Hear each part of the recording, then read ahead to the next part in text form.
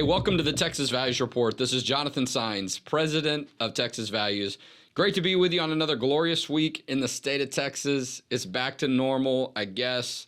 Things are warming up. You know, we're so sensitive to the cold here in Texas, but for good reason. If you're not in central Texas, other parts of our state, when there is ice on the ground, it can be extremely dangerous. So, anyway, this show is not about the weather. We talk about the issues of faith, family, and freedom in the arenas of the courts, the legislature, and the media.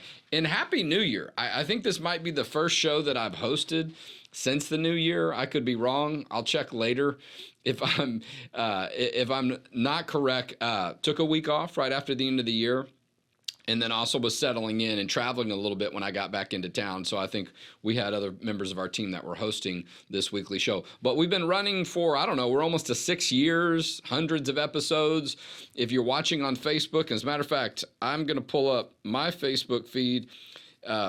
If you will share this, like it, get it into some groups or whatever, let's expand the audience so we can get more people involved, because we've got a great guest today, and we're going to spend most of our time talking with Chloe Cole, a detransitioner, as she calls herself. Other people refer to her. I'll get into more detail about that in just a minute.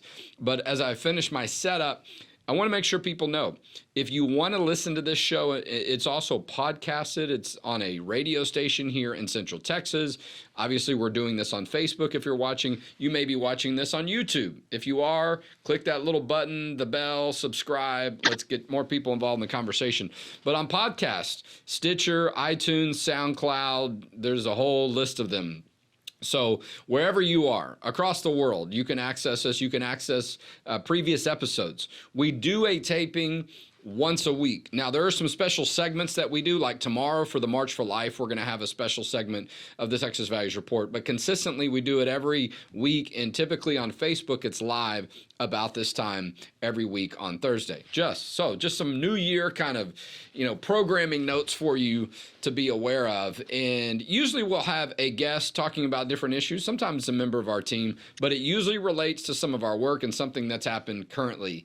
And that is no different today. We got a great guest today. Chloe Cole, as I mentioned, has been involved in work across the country, but certainly in Texas, bringing a lot of great information, awareness, and truth to the issues that surround gender ideology, more specifically, efforts by some people to engage in experimentation, medical treatments, you name it, pushing kids or being involved in kids going through sex change procedures, puberty blockers, all these things that we've talked about that can be very dangerous and harmful. And a big reason why she talks about it is because she went through this process almost completely to some point and realized this is not a good idea, this isn't good for me, and it's probably not a good idea for other kids as well. But in addition to that, we filed a brief with the Texas Supreme Court just this morning.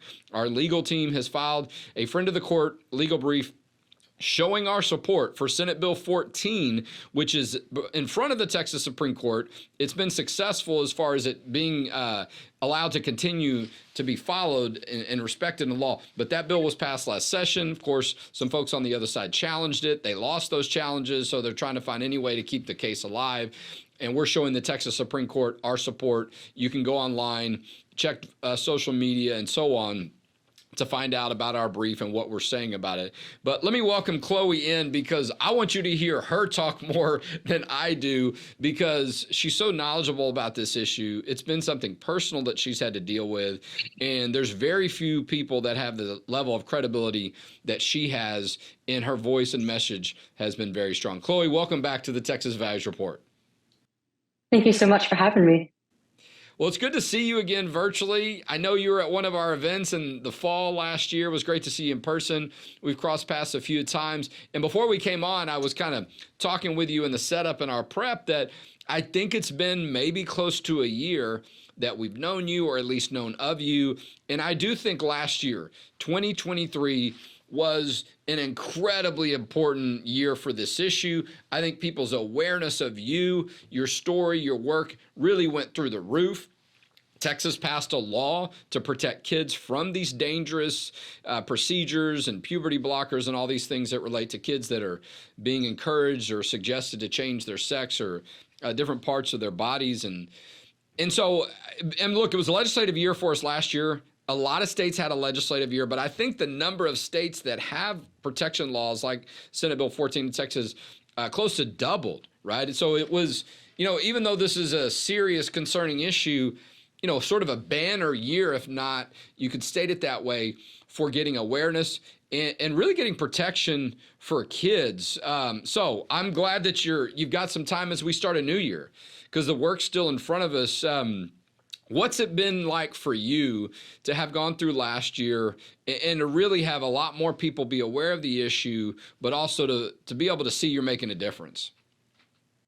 I mean, it's just been incredible. I mean, when I first detransitioned, it was an incredibly tough time in my life. I didn't know if I was ever going to make my way out of it, if I was ever going to look like a woman, sound like a woman, and what my life would look like from then. But it's just been incredible being able to use my voice, my experience, and what my family went through to help other families who have been through the very same thing and prevent what happened to me and what's happening from thousands of other kids right now from happening ever again. Well, and look, you can imagine the other side is probably ramping up their efforts, unfortunately, right? They see people like you and others, they see laws getting passed, and so, they get desperate or whatever the case may be. And so we know there are a lot of people that don't know who you are, they don't know who these issues are, and so they're going to be attacked or preyed upon, or they might find themselves in the middle of these issues, not really being aware of what to do or what's going on. And so even more reason for us to continue to engage in these efforts and make more people aware. I know you've posted some stuff on social Absolutely. media recently, sort of, not backtracking, sort of reminiscing or looking back on some things that you were doing during that time when you were transitioning before you realized, hey, this isn't a good idea. And I thought that was very insightful too, right? I mean, look, I've continued to admire how public you've been about some of these things and truthful, because it's pretty recent. It's not been that long, and it's been a part of your life and very courageous on your part. But I think it's provided so much value to people to have that connection, understand you're a real person. You've had to go through these things. And so just in case there are people out there that have not heard a little bit about your story, tell us a little bit about that story when you started some of the early steps to transition, and then at some point said, this is not a good idea. Yes. So I was a transgender, what many of these activists call a transgender kid. I was going through the process of both socially and medically transitioning while I was still a minor. And they also stopped those procedures while I was still a kid. Um, Socially, it started at 12 when I started referring to myself by a boy name, um, cutting my hair shorter, changing the way that I dressed and wearing more boys' clothing and trying to like match the mannerisms of, say, like my older brother or my dad or some of my friends at school who were boys. And then at 13 years old, I I started going under the medical process, which was, it started with Lupron, which was like a medication to suppress my puberty. And just like a month or so later, I was put on testosterone to masculinize my body. Um, and at 15 years old, the summer right after my sophomore year of high school, actually, I underwent a double mastectomy. And all of this happened before like I could legally drive. So it was incredibly early. It was very fast paced. And it was actually less than a year later when the regret really started to come in. Um, I mean, it really only took a few months, but because I was so deep into the process by then, I was on hormones for a while. Like my voice was deep. I looked like a boy. And everybody around me knew me as a boy named Leo. I didn't know if there was ever going to be a back for me, even if I wanted that. And it wasn't until that I realized like I wanted to become a mother, that I wanted to have children of my own, and that this process was potentially going to affect that. Especially because I'm not going to be able to breastfeed anymore. I don't have that option. Um, that was when I stopped because it was very painful for me. Well, look, I can And only imagine. I have a daughter who just turned 14 in December, and it's hard for me to not think about that, right? And I just imagine most people, right, if they have a connection or if they're that age or they know someone or someone in their family is that age, because there are a lot of things that happen during those time periods for kids, different changes they're going through, thoughts in their mind or whatever. And so, I've watched my daughter go through this time period in her life, and I can only imagine what it would be like if, she was having some of these thoughts or she was engaged in some of these procedures at such a young age, right? When it's, really hard for kids to understand what's going on and to process it. And then in such a short amount of time for yourself to be like, wait a minute, I want something different for my life, but I've already gone through some of these steps. What can you tell kids that, maybe are during that age and feel like you do too? Maybe feel like, hey, I've gone through some of these steps too, and now what do I do? I mean, how can I really pull myself out? Because my experience is, from what I can see, and I see this issue a lot more than other people do because of the work we do, I don't think there's a whole lot of people out there providing that encouragement and support. As a matter of fact, I think for a while people wanted to say, you don't exist. There's no such thing as a detransitioner, right? Almost kind of deny, almost like it's some type of myth. What allowed you, at least at that early point, to say, wait a minute, I think there might be a way out of this and a way forward? I mean, part of it was the grief that I had from the surgery, from being on the hormones for so long and losing out on that part of my life. I felt like I missed out on a lot of development, that I was way behind my other girl peers. And I wish that I had that experience of just growing up from a teenage girl into a woman. And I felt like I didn't really have any other option but to stop, because it was just too painful for me. But what helped me through it was just having the support of my family, knowing that they loved me, that they'd have my back no matter what. And I had this sense of hope that things could get better. Um, that my life wasn't always going to be like this, and that I would find a new normal. And I mean, frankly, that's the truth. Like, no matter how far you've gone into your transition, and I think this applies to anybody, no matter how deep you are in a situation, no matter what you've gotten into or what you've been through, there's always room for development. There's always room to get better. Well, look, and I want people to know our organization and many others are out there to communicate, demonstrate that, and make it clear we're a part of that support network as well. That's why we have people like Chloe and others on our show, because we want people to know there is a way out, there is a way forward, there's a reason to have hope and not despair, because it can be a very difficult process to move out of. And to your point, you talk about grief, regret. Those are hard things for anyone to deal with, let alone a teenager, right? And so it is great to have that support. And so I hope people know that as much as we advocate for specific positions, that doesn't mean we wouldn't be sensitive to someone who's legitimately having struggles and they are looking for a way out. The reasons so often the reasons we pass laws or we work on court cases and policy and messaging is because we know what the law says and doesn't say can have an impact on whether people decide to do something or not, to some degree or another, maybe more or less. We're talking with Chloe Cole, who is what many call, and she references herself as well, a detransitioner at a very early time in her life. She went through the process and different medical procedures and socially of trying to change from a girl to a boy. At one point, it became so difficult. And as she said, there was so much grief and struggle with it and things she noticed she was missing out on as a young lady, and she decided to stop and move in the other direction. One of the other things that makes it hard, I think, Chloe, from we heard in testimony during legislation last year in Texas, is that there are very few medical providers and insurance companies that will cover if you want to detransition, if you will, if you want to go in the opposite direction. Oh, many of them will provide insurance coverage if you want to remove body parts like you did, unfortunately, during that time in your life, and others. But then if you're like, well, wait a minute, I don't think this is hurting me or it's not helping me, there's not a lot of support out there. And we heard testimony about that. Do you think some of the work you're doing and others, do you think maybe the insurance companies and medical providers, are they paying a little bit more attention to that, or are they still trying to act like it's not that important?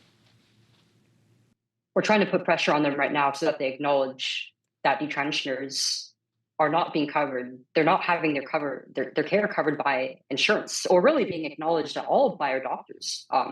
This is pretty much a universal experience across, I mean, every single detransitioner's experience who I've spoken to, where the minute they decide to stop transitioning and they talk about their regret with their providers and wanting to go back, and even just like getting like addressing like how to go off of hormones, how to treat any complications from these procedures or from stopping them, were completely ignored. A lot of the time they don't know what to do with us, and they're afraid because they've already experimented on us. They don't know how to continue. Yeah, no, I could And see. they don't want to deal with what they've gotten themselves, what they've gotten us into. No, I could imagine there's a lot of, so trying to think of the right word, blame, where they blame themselves, right? The guilt and so on, and just feeling like, well, I put myself in this situation. And that's the reality, though, is this not true? And it's such uh, a difficult thing to struggle with to begin with for a child. And sometimes you have parents that are encouraging it, that are not giving kids the right message, or sort of playing along with it. Maybe they're being deceived, right? The medical community, doctors, or sort of downplaying the seriousness of it, and suggesting to them. I know we heard some of this during testimony. So if people aren't aware, and I know many people are, but just in case, Texas has a state law, Senate Bill 14. The Senate author was Senator Donna Campbell, who is an emergency room doctor, and Dr. Tom Oliverson, who is an anesthesiologist from the Houston area. Dr. Campbell is from the Central Texas area. They passed a law, and bipartisan support. We had some Democrats that supported as well, signed into law, Senate Bill 14, that protects kids from puberty blockers, sex change procedures, and so on. But what we heard through testimony during the legislative process, in many ways, was eye-opening, but you also heard people sort of, there's only one choice. Well, I'm sorry, there's two choices. If you're having these struggles, you go through a sex change or some type of transition, or you kill yourself. That's it. They're presenting kids with, they're either going to do the transition or they're going to commit suicide. And I'm like, both of those options, have a lot of problems with them, but number one, neither one of them solve the struggles or the problems, as we know from people that are honest about it. But what a set of choices for a young person, right? Thankfully, we know those aren't the other choices, but that's what they're hearing a lot, unfortunately. Yes. That's exactly the premise they use with my parents, actually. My mom and dad did not want me to go through these procedures at all. They wanted to just allow me to grow up without any sort of intervention, just maybe like experimenting with the way that I presented myself, but nothing serious or permanent like that. But they told them that it was going to be life or death for me, that it was going to be transition or suicide. And they brought up like the high rate of suicide within the transgender community to convince my parents that I was going to die without this treatment, even though medically it was not necessary. I was not suicidal at all during this time. But this is the premise that they present to legislators within the community and to the parents and families of these children and young men and women who are struggling with this. And by talking about it in such a way, you are going to create more suicides by telling these people that there is no other choice for you. There is no hope for you if you don't do this. It's devastating and heartbreaking to hear. And we heard so much of that, Chloe. We're talking with Chloe Cole. She is a detransitioner, one of the most courageous young ladies you'll see out there. It's hard to talk about these issues publicly. I know I do this work on a day-to-day basis. People disagree. And then for you to put your life out there on social media, people can be very ugly. I know that. And so these aren't easy issues to talk about, but it's necessary because kids are being bombarded with so many different messages in so many different ways. You've talked to us about this, social media. And Chloe's helped us in Texas. She helped with the effort to pass a state law on the issue here to protect kids from it. But that's what a lot of them are hearing. Go through this dangerous, risky procedure, almost experimentation, or you're probably going to kill yourself. And look, going through teenage years, the rate of suicide is already higher, excuse me, than the rest of the population. But what we did hear in testimony from a few people is some psychologists and psychotherapists that said the real way to address this issue and see some good outcomes is counseling, is traditional psychotherapy. It's not changing your body and cutting things off. It's having a conversation with a trained professional, talking about it with your parents or people that care about you, and being patient to let the natural body cycle sort of develop. You and I were talking before we came on. South Carolina had a big vote on this yesterday. I don't know exactly what happened. All I know is at one point, Chloe Cole. I get y'all mixed up sometimes. Riley Gaines jumped into the conversation on social media when the vote did not go the right way to protect kids from this. And then all of a sudden it flipped. I don't know exactly what happened, but it sounded like there was a good outcome. There are legislatures that are still dealing with this. We probably have close to 20 states now that have state laws on this, but there's a lot of work to do. As you look forward to this new year, Chloe, where do you see yourself? Are there particular states and are you feeling at least a little encouraged, looking back on last year with a lot of good things that happened and momentum, that 2024 is going to possibly be an even more fruitful year to make a difference on these issues? Yeah, I mean, already this year, I've been incredibly busy, and it's looking pretty hopeful for this year, especially after last year with, as you said earlier, I mean, the states that have put in measures to protect kids have doubled. It's over 20 states now. That's almost half of the states here in the US. And I think that I'm very hopeful that eventually it'll be all 50 states and then a federal ban on these procedures in children. Well, look, we got a presidential election coming up. I do think this issue is going to be talked about. We've seen it come up in some presidential debates.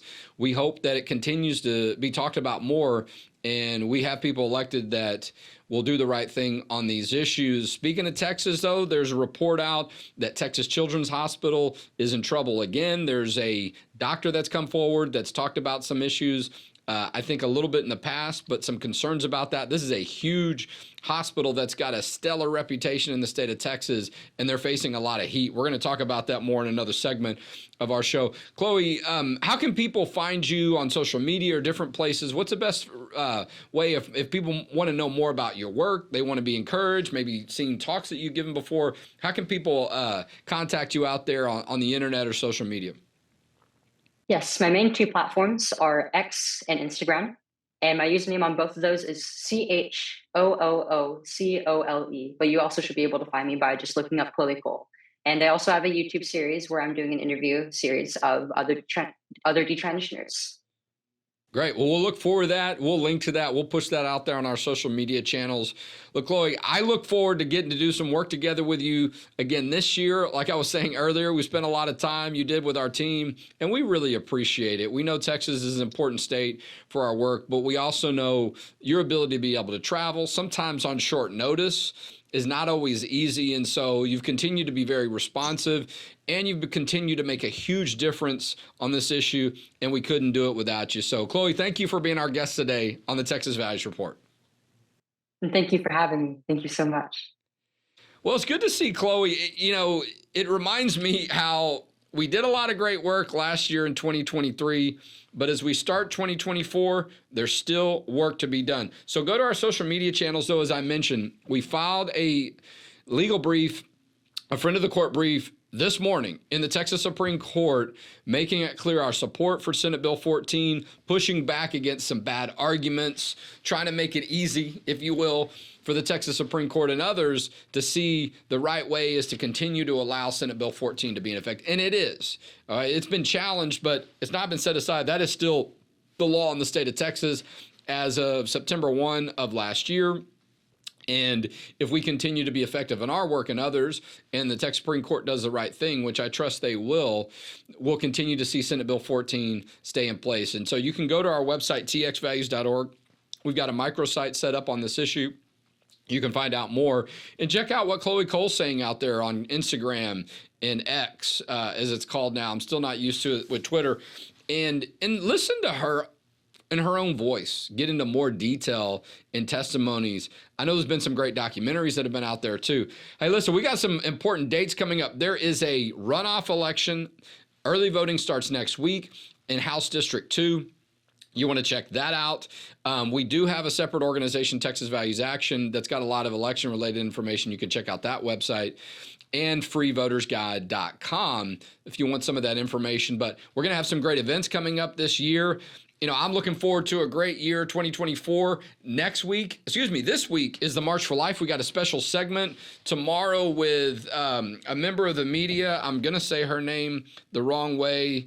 Maybe somebody can whisper it in my ear. Let me pull up her account. Mary Margaret Olahan. She is a senior reporter at Daily Signal. Also, you might get a little update from my son, Johnny Saenz, who is on the ground in D.C. right now. He's going to be at the March for Life with his high school from right here in Austin, Texas. I didn't go with him this time, but I'm excited that he's there. And then in 2 weeks, the Texas Rally for Life right here in Texas. A lot of things going on the pro-life issue that you want to know and hear about. We're going to set up some new information, a lot of great resources out there. But January is still a great month to donate. If you see value in our work does not stop because we're at the end of December and a new year. It actually starts again, and the bills continue to come and the work adds up. And so we're looking to add new people to our team.